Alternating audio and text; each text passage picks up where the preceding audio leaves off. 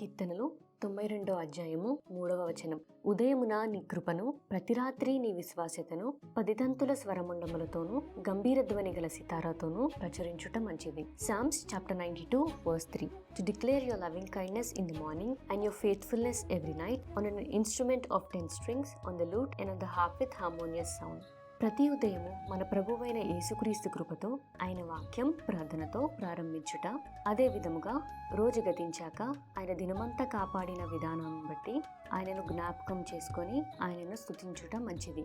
సాధారణంగా అందరూ ఉదయం లేవడంతోనే మొబైల్, కొందరు న్యూస్ పేపర్, కొందరు జిమ్, కొందరు వంటలతో దినమును ప్రారంభిస్తారు.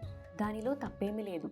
కానీ వాటికంటే ముందు ఆయన కృపను జ్ఞాపకం చేసుకొని, దేవా నీకు వందనాలు, స్తుతులు, ఈ దినమునకు కావాల్సిన కృపను, సంరక్షణను అనుగ్రహించమని ఆయనను ప్రార్థించి ఒక్క వచనమైన దేవుని వాక్యం చదువుట మేలుకరము. ఇది ఒక నియమం కాదు, కానీ ఆయన యొక్క కృప కిందికి రావటం, ప్రతి దినము ఆ కృపాక్షేమముల మీద ఆధారపడటం మంచిది. మన మంచితనమును బట్టి కాక ఆయన మంచితనము ద్వారా దినమంతయు మనల్ని కాపాడుతున్నాడు, కృప చూపిస్తున్నాడు అనే విషయం మనకు అర్థమైతే గంభీర ధ్వని గల సితారాతో ఆయన కృపను గూర్చి ప్రచురించాలి అనిపిస్తుంది.